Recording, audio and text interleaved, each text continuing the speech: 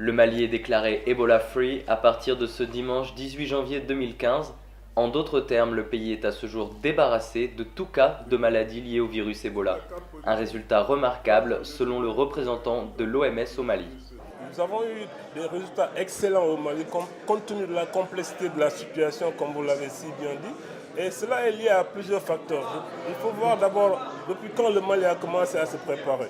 Déjà le 23 mars, c'était un dimanche, c'était notre première réunion pour déterminer les actions prioritaires quand nous avions appris qu'il y a une épidémie en Guinée le 22 mars. Et toutes les actions de prévention, de renforcement des capacités ont démarré.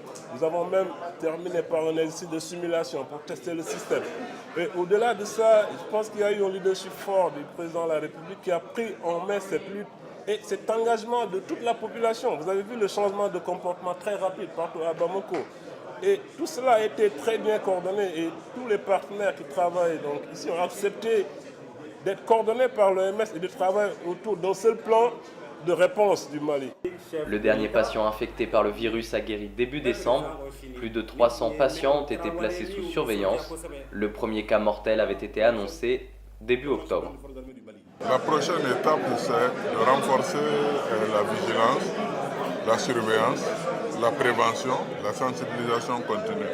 Et je voudrais même profiter de votre micro pour appeler mes compatriotes à plus de vigilance et à continuer les mesures de prévention qui ont été édictées.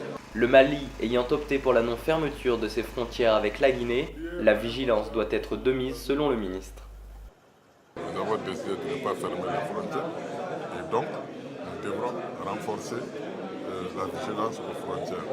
Ça veut dire quoi? Ça veut dire qu'il n'y a pas le risque zéro de passage. Il n'y a pas le risque zéro, mais il faut que si éventuellement, si d'aventure, il y a un cas qui réussissait à franchir la frontière, que le dispositif interne permette de contrôler systématiquement la propagation. Le pays a enregistré 6 décès dus à la fièvre hémorragique qui, selon l'OMS, fait à ce jour plus de 8400 morts dans la région.